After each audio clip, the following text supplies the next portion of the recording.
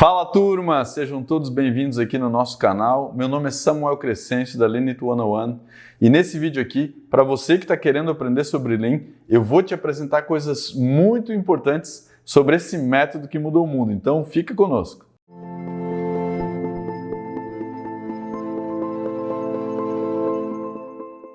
Mas afinal, o que é Lean? Quando a gente para refletir sobre esse termo e a gente tenta entender o que significa Lean, da onde que surgiu esse termo. Então, em essência, Lean é o nome que nós damos hoje para um conjunto de princípios, valores, técnicas e ferramentas que foram desenvolvidas ao longo dos anos, principalmente pela Toyota, para auxiliar no processo de gestão da sua linha de produção e também para auxiliar no processo de desenvolvimento de produtos da Toyota. Você provavelmente conhece a Toyota pelos magníficos carros que ela faz, carros de extrema qualidade, extremamente duráveis, geralmente muito apreciados pelo público. E também a Toyota ela é uma das maiores montadoras do mundo, ela fabrica cerca de 10 milhões de veículos por ano. E quando a gente vai observar o que é uma operação capaz de gerenciar a produção de 10 mil veículos por ano, a gente pode observar que tem ali um empenho muito grande em relação a processos, ferramentas, pessoas e tecnologias para fazer tudo isso acontecer. Afinal de contas, se a gente for de fato calcular, 10 milhões de veículos por ano dá mais ou menos um carro saindo da linha de produção da Toyota a cada 3 segundos. Então, olha só que interessante esse nível de produção e como é que ela consegue garantir tanta qualidade mesmo com um nível de produção tão elevado. E lembre-se, não é só em um local, a Toyota produz veículos globalmente. Então imaginem o esforço necessário para fazer tudo isso funcionar adequadamente. Antes mesmo da Toyota ser uma fábrica de carros, na época em que eles produziam máquinas de tecelagem, eles já desenvolviam princípios e técnicas para auxiliar no processo produtivo. E uma coisa interessante são os princípios de automação, parada da linha de produção e a criação de mecanismos à prova de erros. Alguns dos princípios muito importantes do Lean e, inclusive, esses princípios têm nome. Então, quando a gente fala de automação, a gente está falando do Automation ou Jidoka. Jidoka significa automação com um toque humano. E o Jidoka ele funciona em conjunto com outro princípio importante, que é o Pokayoke. E o Pokayoke significa criar mecanismos à prova de erros. E o Jidoka nos auxilia em automatizar esse mecanismo. Então, a ideia é que quando o mecanismo detecte um problema, ele possa promover o terceiro princípio, que é o Stop the Line, ou seja, a parada da linha de produção. E por que a linha de produção vai parar? Para não produzir um tecido defeituoso. Então, é muito mais barato nós corrigirmos um problema ainda no momento em que o produto está sendo construído, desenvolvido, do que lá na frente, depois que a gente já pôs esse produto no mercado, e eventualmente teria até que fazer um recall para poder promover a correção aí dos problemas identificados. Então, com essa filosofia em mente, no pós-guerra, a Toyota começou a implementar isso na sua gestão da linha de produção. E um dos princípios fundamentais do Lean, que foram extremamente disseminados naquela época, é o princípio de eliminação de desperdício. O próprio Taiichi Ohno, que foi um dos grandes pais do pensamento Lean como nós conhecemos hoje, que foi, na realidade, um line manager, um gerente de linha de produção na Toyota lá na década de 50, ele falava o seguinte: tudo que nós fizemos na Toyota é olhar para a linha do tempo, desde que nós recebemos uma ordem de compra até o momento em que entregamos o veículo para o cliente está feliz, o dinheiro está no nosso bolso. E o que a gente faz? Nós reduzimos essa linha do tempo, removendo o desperdício. Então, a remoção de desperdício ela é muito importante. Inclusive, o Lean ele nos orienta com 3 princípios para identificar desperdícios. São eles: o muda, tudo aquilo que você faz que não gera valor diretamente para o seu cliente; o muri, que é a sobrecarga de processo; e o mura, que são os defeitos encontrados no seu produto. Através desses princípios, era possível então identificar oportunidades de melhoria na linha de produção da Toyota. E uma coisa interessante a gente observar que naquela época, na década de 50, o Japão estava se reconstruindo do pós-guerra. E o Japão foi um dos países mais destruídos, inclusive foi o único país que acabou tendo bombardeio com bombas atômicas, que devastou completamente. Então, o Japão ele não tinha mão de obra qualificada, não tinha uma infraestrutura industrial adequada, nem mesmo insumos suficientes para poder produzir os veículos. Inclusive, nessa época, a Toyota quase faliu, não fosse um pedido do exército americano para produzir veículos que, no caso, seriam utilizados para a Guerra da Coreia. E nessa época, quem eram os competidores da Toyota? Eram GM, Ford e Chrysler, as três grandes montadoras americanas. Agora, quando a gente compara como estava o Japão naquela época e como estavam os Estados Unidos, a gente vê dois mundos completamente diferentes. O Japão estava completamente destruído e devastado, precisando se reconstruir. E os Estados Unidos estava completamente bombado, com a sua economia, sua indústria a milhão. A gente pode dizer que, na realidade, a guerra causou uma alavanca muito grande de aceleração de toda a capacidade industrial norte-americana. Com isso, os grandes competidores da Toyota na época, eles eram muito mais eficientes do que a própria Toyota. Então, para vocês terem uma ideia, a GM e Ford e Chrysler, naquela época, elas chegavam a ser 8 vezes mais rápidas do que a Toyota para tirar um produto do papel e pôr esse produto no mercado. Inclusive, tirar um produto do papel e pôr um produto no mercado é um termo que hoje nós nos referenciamos como from concept to cash. Em outras palavras, do conceito ao dinheiro. Então, imagine como competir com alguém que é 8 vezes melhor, 8 vezes mais rápido do que você. Pois bem, a Toyota, aplicando esses princípios do Lean, que inclusive eu vou compartilhar alguns deles com vocês aqui hoje, ela se tornou a maior e mais eficiente montadora do mundo em algumas décadas. Então, para vocês terem uma ideia, lá na década de 50, as competidoras GM, Ford e Chrysler eram 8 vezes mais rápidas do que a Toyota para ela tirar um produto do papel e poder pôr no mercado. Só que a Toyota chegou a ser 16 vezes mais rápida do que essas empresas para atingir o mesmo objetivo, ou seja, tirar um produto do papel e pôr o produto no mercado.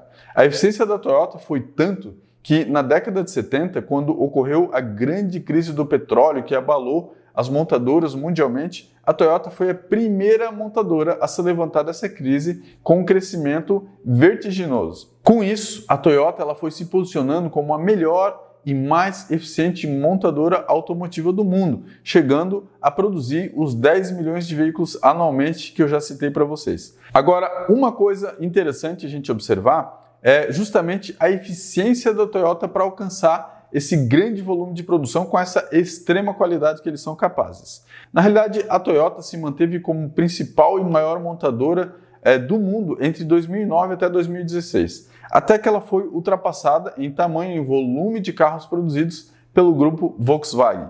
Em essência, o grupo Volkswagen produziu cerca de 3% a mais de veículos do que a Toyota naquele ano e, com isso, ele tomou a posição como a primeira maior montadora do ranking global aí. Porém, o ponto importante para observarmos aqui é que para o grupo Volkswagen ultrapassar a Toyota com cerca de 3% de veículos a mais produzidos, eles precisaram de 610 mil colaboradores globalmente em suas plantas. Enquanto que a Toyota, nesse mesmo ano, ela tinha apenas 340 mil colaboradores em todas as suas plantas.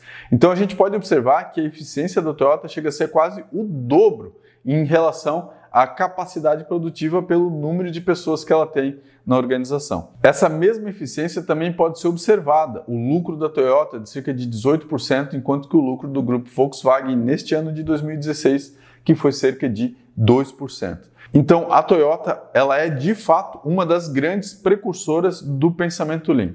E aí, esse nome, Lean, como é que surgiu esse nome? Porque quando a gente observa a história da Toyota, em nenhum momento a Toyota se refere aos seus métodos como Lean. E na verdade, a Toyota chama de TPS, o Toyota Production System, e o Toyota Product Development System. São dois sistemas que implementam esses princípios, técnicas, valores e ferramentas para otimizar o processo produtivo, eliminar desperdícios e gerar mais valor para os seus clientes. E justamente por conta disso, que um grupo de pesquisadores do MIT na década de 80 resolveu conduzir um estudo dos métodos de como que a Toyota trabalhava, quais são aquilo que a gente chama hoje de ways of working, quais são as maneiras que a Toyota utiliza para gerir o seu ecossistema e ser tão eficiente. Oriundo desse estudo surgiu um livro que eu recomendo a leitura, chama-se A Máquina que Mudou o Mundo.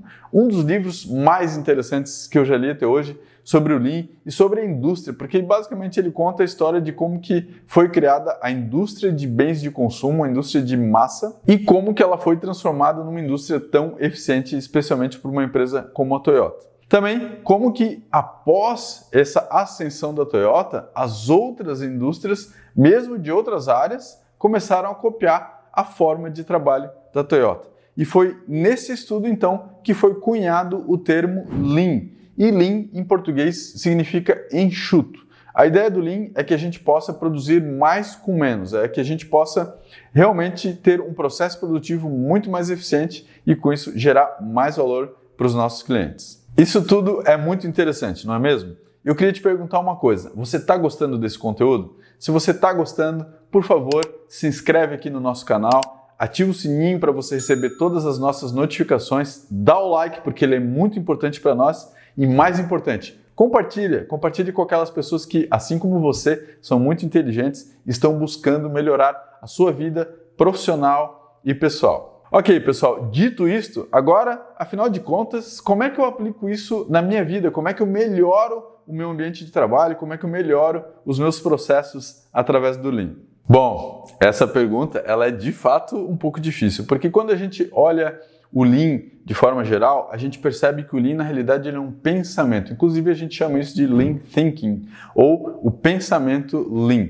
O pensamento Lean, ele nos leva também ao pensamento sistêmico, ao Systems Thinking. E o pensamento sistêmico, basicamente, ele nos orienta a olhar para o todo e elevar o todo. E quando a gente começa a estudar mais a fundo o Lean, a gente começa a perceber que ele de fato tem um conjunto de princípios, técnicas e ferramentas para tratar de cada área do pensamento sistêmico. Então, nós temos um conjunto de princípios, por exemplo, para gerenciar o conhecimento e o desenvolvimento humano. Nós temos um conjunto de princípios para gerenciar a qualidade dos nossos produtos. Nós temos um conjunto de princípios para gerenciar o estado do fluxo, para garantir que a gente possa ter uma maior vazão, uma maximização do valor entregue e uma eliminação dos desperdícios justamente no nosso fluxo produtivo. Então, existe sim uma série de aspectos que você precisa aprender para poder aplicar o Lean na sua vida. Mas princípios importantes como compreender de fato o que é desperdício, buscar eliminar os desperdícios e princípios relacionados à gestão da qualidade e do fluxo são as 3 grandes áreas que eu recomendaria você começar a estudar para que você possa aplicar na sua vida. Mas Samuel, o que na prática significa isso? Então, no Lean você vai observar que um dos grandes fundamentos é justamente a gente poder enxergar o desperdício para poder então remover o desperdício. E nisso a gente junta principalmente os princípios relacionados à gestão do fluxo. Por isso, o Lean implementa aquilo que a gente chama de gestão à vista. Então, a minha primeira recomendação seria você estudar um pouco mais, especialmente sobre gestão de fluxo, sobre gestão à vista e quais as ferramentas que você pode utilizar para fazer com que o seu fluxo torne-se à vista. Ferramentas como o Kanban, por exemplo, que você vai poder utilizar mesmo com post-its e fita adesiva na parede de uma maneira bem simples para gerenciar o seu dia a dia, para gerenciar suas tarefas do dia a dia, para gerenciar os seus estudos, para gerenciar os seus projetos e tudo mais que você precisa executar aí ao longo do seu dia a dia. E uma das coisas interessantes e muito importantes que o Lean nos orienta no aspecto relacionado à gestão de fluxo é a gente diminuir a quantidade de coisas que nós fazemos simultaneamente. O Lean chama isso de WIP, Work in Progress. Então, a quantidade de trabalho que nós começamos e, de fato, ainda não conseguimos concluir. Se simplesmente você diminuir a quantidade de coisas que você começa e não termina na sua vida, isso certamente já vai lhe dar um incremento muito grande na sua capacidade de geração de valor. Em outras palavras, a gente poderia utilizar aquilo que a gente chama de stop to start and start to finish, que é pare de começar e comece a acabar.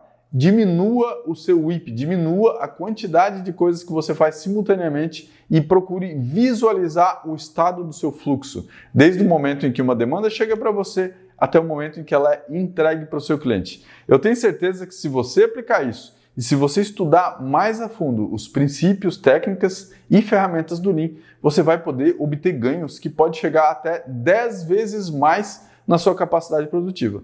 Isso é comprovado, isso aqui é estatística. Não estou falando para vocês da boca para fora. Eu mesmo já pude experimentar melhorias que chegaram de 3, 4, 6 vezes, eventualmente até 10 vezes mais em alguns clientes, simplesmente porque eles começaram a organizar o seu fluxo, começaram a preparar melhor as suas demandas, começaram a visualizar os gargalos do fluxo e começaram a atuar na remoção de desperdício e principalmente na maximização do valor gerado para os seus clientes. Como fazer isso? Através de priorização adequada. Então, o Lean, ele traz todo esse ferramental e ao longo dos próximos vídeos aqui no nosso canal, eu vou estar explorando um pouco sobre cada uma dessas áreas que eu falei para você aqui hoje. Então, se você se interessa em aprender mais sobre Lean, mais sobre métodos ágeis, não se esquece de se inscrever no nosso canal e fique atento para receber as notificações sobre os nossos próximos vídeos. Agora deixa eu te fazer um convite ainda mais importante.